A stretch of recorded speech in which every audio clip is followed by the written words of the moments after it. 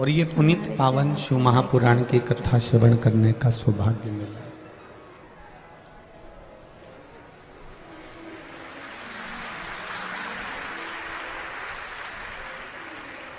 संपूर्ण जीवन में मानव के शरीर में, मनुष्य की देह में सब कुछ प्राप्त हो सकता है,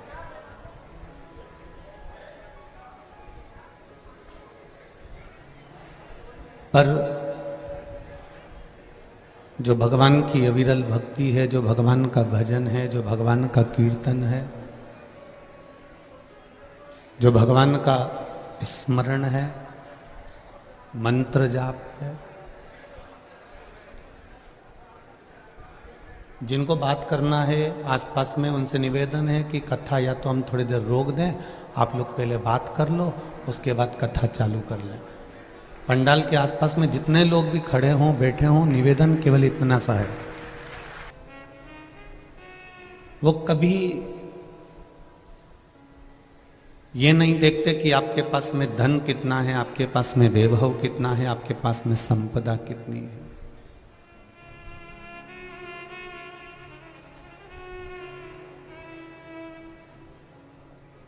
मेरे शिव जी ने कभी आपका वैभव नहीं देखा, मेरे शंकर भगवान ने कभी आपकी दौलत नहीं देखी, मेरे शंकर भगवान ने कभी आपका धन नहीं देखा। आप सब तो मां गंगा के किनारे के हो, गंगा के घाट के हो। आप सब इस बात को अच्छे से जानते हो कि गंगा के किनारे भी वही निवास कर सकता है जिसको महादेव ने अपना बनाकर भेजा हुआ होता है।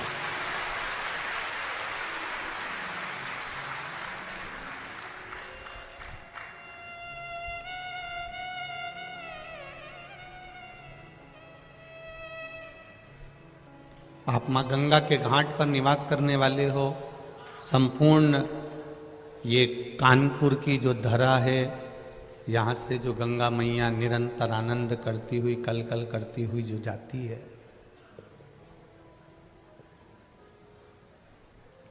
वो कोई साधारण सी नहीं है। हमने कई बार कथाओं में पहले भी कहा है, आज फिर कहते हैं, मेरी माताएं, मेरी दीदियां, मेरी बहनें अपने कमरे में वही सामान रखती है जो काम का होता है। अपने कमरे में मेरी माताएं कभी फालतू सामान नहीं रखती। जो फालतू सामान है उसके लिए अटाले का कमरा अलग होता है, कबाड़े का कमरा अलग होता है। जो कीमती चीज हो, काम की चीज हो, वो मेरी माताएं अपने कमरे में रखती है, संभाल के रखती है, अपने पास रखती है। उसी तरह पृथ्वी पर वही जन्म लेता है जिसको महादेव ने कीमती बनाया हुआ होता है, अपना बनाया हुआ है। वैकुंठ में भगवान विष्णु है, ब्रह्मलोक में ब्रह्मा जी हैं, पर मृत्यु लोक में मेरे देवादिदेव महादेव हैं। और महादेव की जो धरा है, पृथ्वी है, ये संपूर्ण ब्रह्मांड, ये संपूर्ण पृथ्वी शिव का अपना घर है। मेरे भोलेनाथ जी का निज निवास है ये पृथ्वी। और जिस गंगा के घाट पर ये कानपुर वासी निवास करते हैं, जिस गंगा के घाट पर आप लोग निवास करते हैं, ये गंगा के घाट पर निवास करने वाला कोई साधारण नहीं हो सकता। जब पूरी पृथ्वी मेरे शिव की है तो गंगा के तट पर रहने वाले तो शंकर के अपने परिवार वाले ही होंगे, जो कथा का रसतत्व ग्रहण करें। मैं संपूर्ण कानपुर वासियों को, कल्याणपुर वासियों के पावन चरणों को नमन करता हूँ, जो आपके भीतर शिव भक्ति जागृत हुई और ये शिव महापुराण की कथा श्रवण कर। अविरल भक्ति का सुख है शिव। तेरी कृपा बिना न हिले एक भी अणु, लेते हैं श्वास तेरी कृपा से बखान क्या करूं मैं राखों के ढेर का, चपटी बबूत में खजाना कुबेर का। मेरे शिव कभी आपका खजाना नहीं देखे, मेरे शंकर भगवान ने कभी आपकी दौलत नहीं देखी, मेरे शिव जी ने तो केवल इतना देखा चित्ता से। शिव ये भी नहीं देखे कि तुमने मंदिर में दिए कितने जलाए, शंकर भगवान ने ये भी नहीं देखा कि तूने अभिषेक कितना करा, शिव जी ने ये भी नहीं देखा कि तूने बेलपत्र कितना चढ़ाया। शंकर भगवान तो केवल इतना देखते हैं कि तूने अपनी जिंदगी में किसी गरीब का हाथ पकड़कर, किसी साधारण व्यक्ति का हाथ पकड़कर उसको उन्नति की सीढ़ी पर चढ़ाने का प्रयास किया कि नहीं करा। हम रह रहे हैं अपनी जिंदगी की मस्ती में, खूब भजन करो, खूब कीर्तन करो, खूब मंत्र जाप करो, खूब स्मरण करो, खूब भगवत भक्ति में डूबो, मना नहीं। पर दिया जलाने से ज्यादा फल मिलता है किसी के चेहरे पर प्रसन्नता लाकर छोड़ देने में। किसी के चेहरे पर स्माइल आ जाए तो उससे बढ़कर कोई फल नहीं हो सकता। हमारी शिव कथा भी यही कर रही। जब भागीरथ बाबा के पूर्वज तप कर कर कर हार गए, कोई साधन ही नहीं मिला, 60,000 राख के ढेर पड़े हुए हैं कपिल बाबा के आश्रम में, और उनका उद्धार कैसे हो?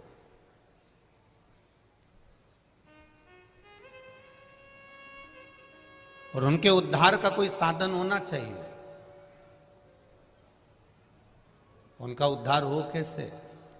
कपिल बाबा के आश्रम में 60,000 राख के ढेर पड़े हुए हैं, 60,000, पर उनका उद्धार कैसे हो?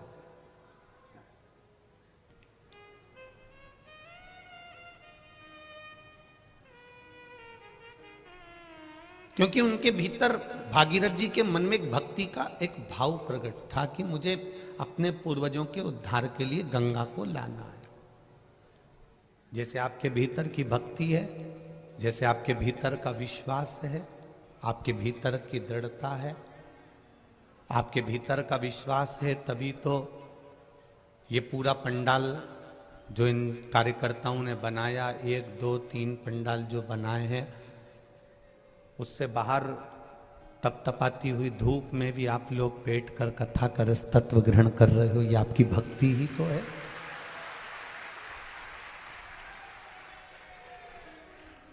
यह आपकी अविरल भक्ति है, यह आपका विश्वास है।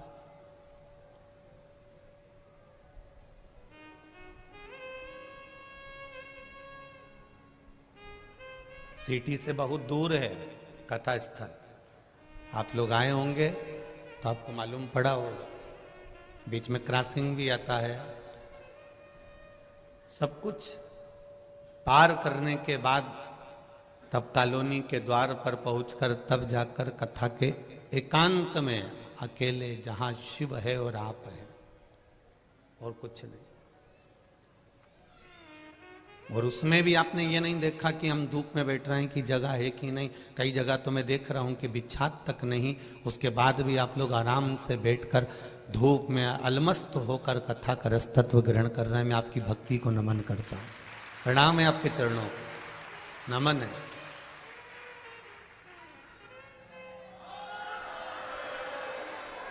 और यही शिव भक्ति है, यही शंकर की अविरल भक्ति है। और इस शंकर भगवान की अविरल भक्ति को देखने के लिए कहीं जाने की जरूरत नहीं। उसके भक्त जो होते हैं वो आनंदित हो। 60,000 राख के ढेर कपिल बाबा के आश्रम में पड़े हुए हैं और भागीरथ जी महाराज जी विचार में लगे हुए हैं कि गंगा एक बार आ जाए और मेरे ये 60,000 काकाओं का उद्धार कर दे। अब इनका जो मन था कि गंगा एक बार आए और 60,000 का उद्धार कर दे, 60,000 काकाओं का उद्धार कर दे। पर गंगा तो गंगा है, केवल 60,000 के उद्धार के लिए गंगा थोड़ी ना आई है। गंगा तो भगवान शिव से भी कहती है कि मेरे आने का कारण क्या है, तो शिव जी कहते हैं केवल भागीरथ बाबा के 60,000 काकाओं के उद्धार के लिए तेरे को लेकर नहीं आया हूं। गंगा तेरे को लाने का केवल इतना सा एक कारण है कि केवल 60,000 काकाओं के उद्धार के लिए नहीं, गंगा तेरे को लाने का केवल एक कारण है कि तेरे तट पर जितने रहेंगे, तेरे तट पर जितने विराजमान होंगे, अगर उनको कहीं अन्न भी नहीं मिला तो तेरा जल ही पान कर कर उनको मुक्ति मिल जाएगी। उससे बढ़कर कौन सुख। गंगा के घाट पर जितनी भूमि होती है वो सिंचित भूमि कहलाती है, और सिंचित भूमि पर थोड़ा सा भी लगाया जाए उसका फल अधिक मिल जाता है। मेरी मां गंगा मैया आप सबका उदर पोषण करने के लिए तत्पर है। शिव कभी नहीं देखते कि आपका वैभव कितना है, भगवान शंकर ने कभी नहीं देखा कि आपकी दौलत कितनी है, भगवान शिव ने कभी नहीं देखा कि आपका वैभव, आपकी दौलत, आपकी संपदा, आपकी सत्ता कितनी है। शंकर भगवान केवल इतना देखते हैं कि आपके भीतर भक्ति का विश्वास कितना दृढ़ है, आपके भीतर शरणागति कितनी दृढ़ है।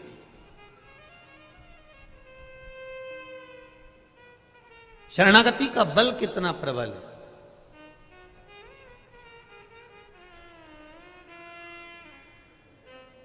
एक छोटी सी मछली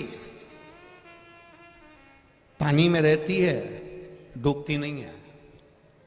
एक हाथी इतना बड़ा, बड़ा बलवान, पानी में गया और डूबा और मर गया।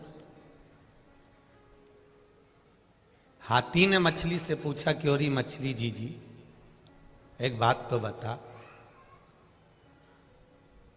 कि पानी तुझे डुबाता क्यों नहीं है और मैं पानी में गया तो डूबता क्यों हूं। बस तुझसे केवल इतना सा पूछना है, तू मुझे बता दे कारण क्या है। मछली तो पानी में डूबती नहीं है और मैं पानी में गया और मैं डूबने लगता हूं, उसका कारण क्या है। तो मछली ने कहा, हाथी भाई कारण केवल इतना सा है कि मैं पानी से केवल इतना कहती हूं कि पानी मैं तेरी शरण में हूं, तू मेरी रक्षा करना। मैंने उसकी शरणागति ग्रहण कर ली, इसलिए पानी मुझे डूबने नहीं देता है। उसी तरह जो शंकर की शरणागति ग्रहण कर लेता है वो संसार सागर में कभी डूबता नहीं है। शिव की शरणागति ग्रहण करने वाला कभी संसार सागर में नहीं डूबे।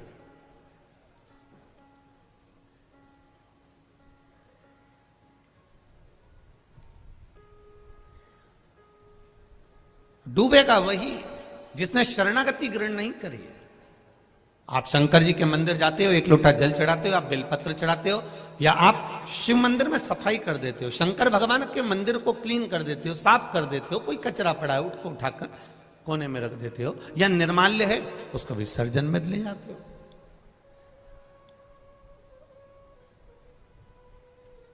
आपने शिव मंदिर में एक लोटा जल समर्पित करा, जल चढ़ाया, बेलपत्र चढ़ाई, भगवान को दिया लगाया या अगरबत्ती लगाई, या दिल से तुमने जो भगवान को रिझाया, शंकर भगवान की इसको कहते हैं शरणागति ग्रहण करना।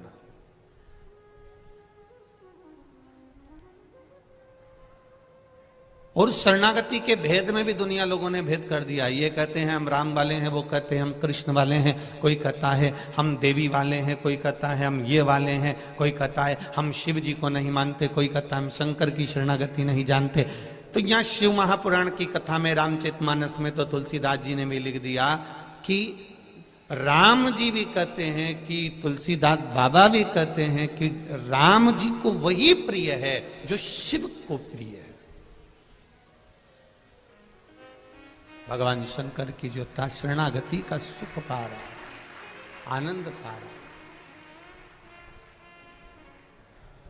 मैंने तेरे ही भरोसे ओ बाबा, तेरे ही भरोसे हवा बिच उड़ती जावांगी बाबा डोर हत्तू छठी नाम में कटी जावांगी भोले में तेरी पद शंभो में तेरी पद हवा बिच उड़ती जावांगी बाबा डोर हत्तू छठी नाम में कटी जावांगी।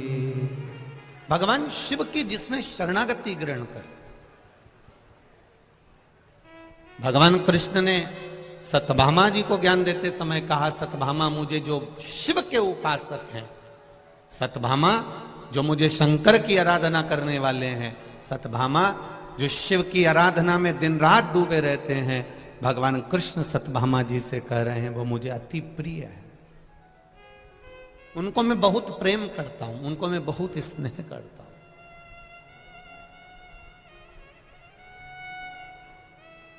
जो शिव की शरणागति में रहते हैं उनको राम जी भी स्नेह करते हैं, उनको कृष्ण भी स्नेह करते हैं।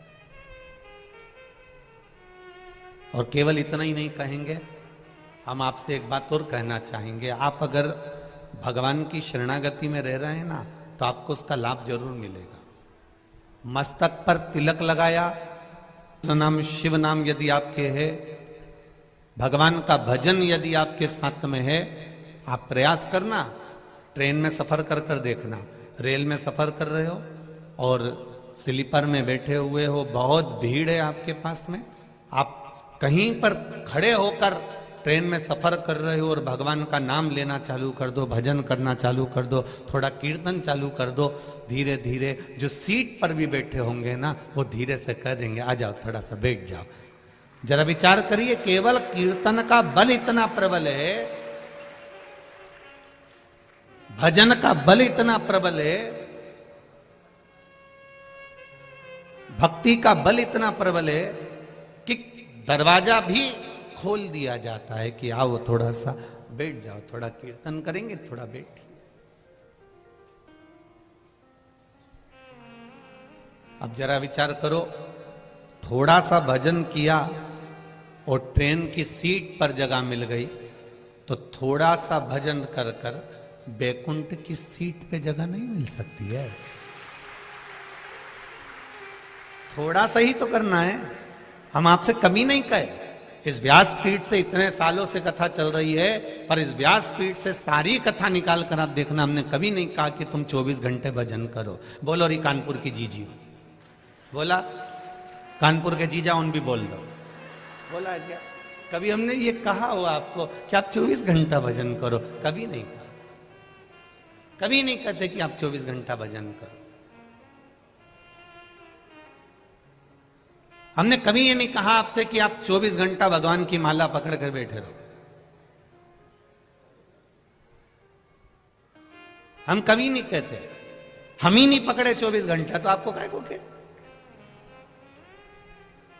हम इतना जरूर कहते हैं कि जितनी देर भगवान का भजन करना है, जितनी देर भगवान का गुणगान करना है, जितनी देर भगवान का स्मरण करना है, जितनी देर भगवत कीर्तन को धारण करना है, जितनी देर भगवत भजन धारण करना है, शिव पुराण कहती है जितनी देर करना है। आपको 3 घंटे की कथा सुन रहे हो, 3 घंटे की कथा में भी अगर आप 5 मिनट बैठे हो, 15 मिनट बैठे हो, 10 मिनट बैठे हो, 5 मिनट बैठे हो, उस 5 मिनट में भी या 15 मिनट में भी अगर आप भगवान की भक्ति में डूबे हो और दिल से डूबे हो, तो आपको 24 घंटे जो भजन का पुण्य है वो आपको 5 मिनट में प्राप्त हो जाएगा। आप दिल से तो जपो।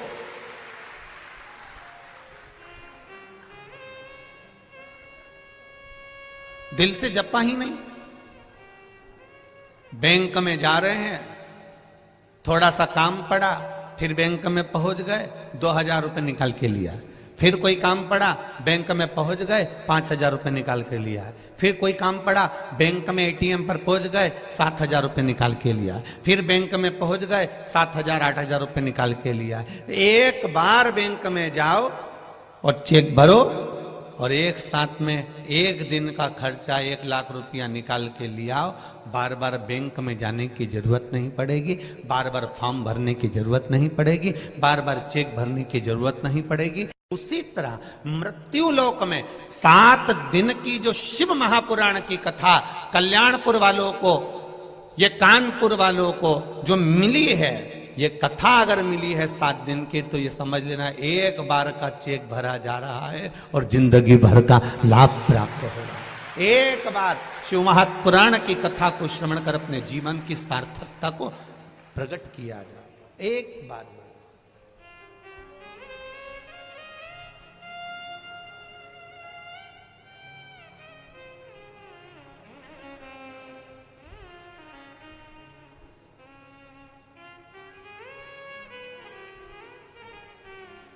महाराज, भजन कीर्तन स्मरण जब मूल रूप से आपका चित्त, आपकी वृत्ति, आपका मन एक बार अगर रम जाए शिव में, फिर आप भटकना छोड़ दोगे, ये निश्चित था।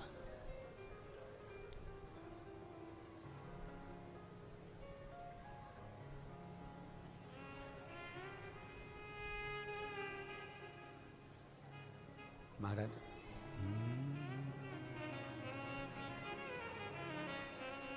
कैलाश पर्वत पे चढ़ गयो रे,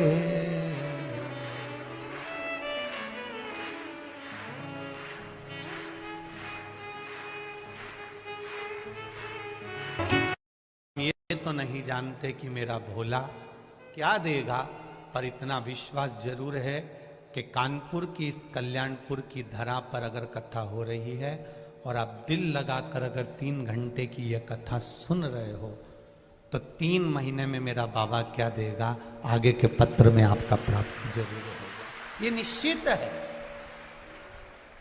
वो कभी नहीं सोचता कि धन कितना, दौलत कितना, संपदा कितनी, वो तो केवल एक चीज विचार करता है कि भक्ति कितनी है।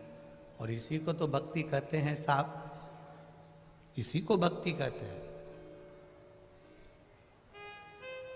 कथा का पहला दिन है और आप इतनी संख्या में आए हो कि चारों तरफ भरे पड़े हुए हो, ये शिव कृपा नहीं तो और क्या है?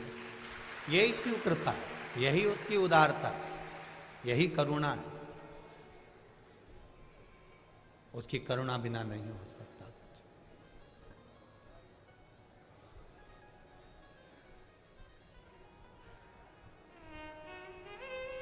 बस एक निवेदन जरूर करूंगा समिति से, बहुत अच्छे आप लोग व्यवस्था करे हो, पर